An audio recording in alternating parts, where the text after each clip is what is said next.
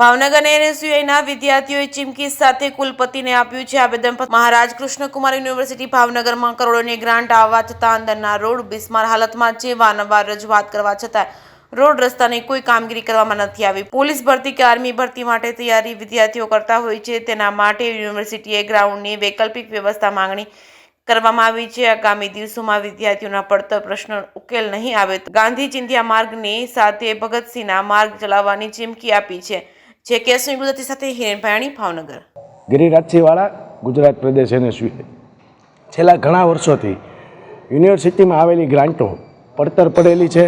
ગ્રાન્ટોનો કંઈ ઉપયોગ થયો નથી। રોડ રસ્તાની ગ્રાન્ટો આવેલી છે, ક્રેક બનાવવા માટેની ગ્રાન્ટો આવેલી છે, શૂટિંગ રેન્જ બનાવવા માટેની પણ ગ્રાન્ટો આવેલી છે, પણ યુનિવર્સિટીના નબળા સત્તાધીશો દ્વારા સરકારમાંથી આવેલી ગ્રાન્ટો પણ વાપરી શકતા નથી। તેમજ તાજેતરમાં નવી વિદ્યાર્થીઓની સમસ્યા જેવી કે હોસ્ટેલમાં વોશરૂમ ખરાબ છે, સાફ સફાઈનો મુદ્દો છે, એવા અનેક જૂના અને નવા પ્રશ્ન મુદ્દે આજે કુલપતિને આવેદન આપવામાં આવ્યું છે અને બુધવાર સુધીનો કુલપતિને ટાઈમ આપવામાં આવ્યો છે।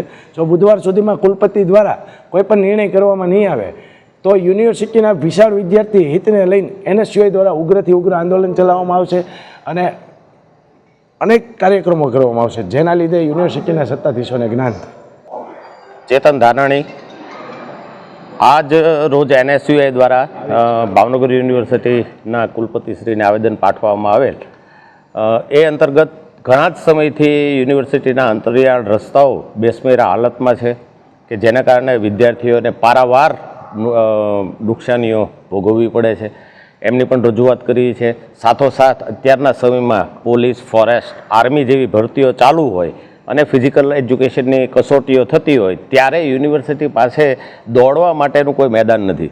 હવે એ પણ રજૂઆત કરવામાં આવી છે કે જે આપણી યુનિવર્સિટીનું મેદાન છે એમની ફરતો વૈકલ્પિક વ્યવસ્થા ઊભી કરી અને એક ટ્રેક બનાવી દેવામાં આવે જેથી કરીને વિદ્યાર્થીના હિતમાં થઈ શકે।